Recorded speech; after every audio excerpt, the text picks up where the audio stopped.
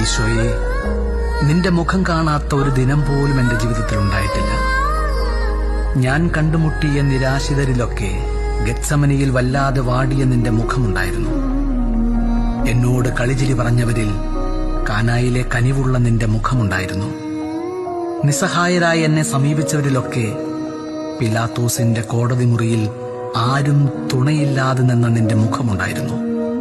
നൊമ്പരങ്ങളുമായി എന്റെ അടുക്കലെത്തിയ പ്രിയമുള്ളവരിൽ കാൽവരിയിൽ കീറി മുറിക്കപ്പെട്ട നിന്റെ മുഖവും ഉണ്ടായിരുന്നു. എങ്കിലും ഈശോയെ, പലപ്പോഴും മറ്റുള്ളവരിൽ നിന്നെ കണ്ടെത്തുവാൻ എനിക്ക് സാധിച്ചിട്ടില്ല. കണ്ടുമുട്ടുന്നവരിലൊക്കെ നിന്റെ മുഖം കാണാൻ ഈ നോയമ്പുകാലം എനിക്ക് ഇടയാക്കി തരണമേ.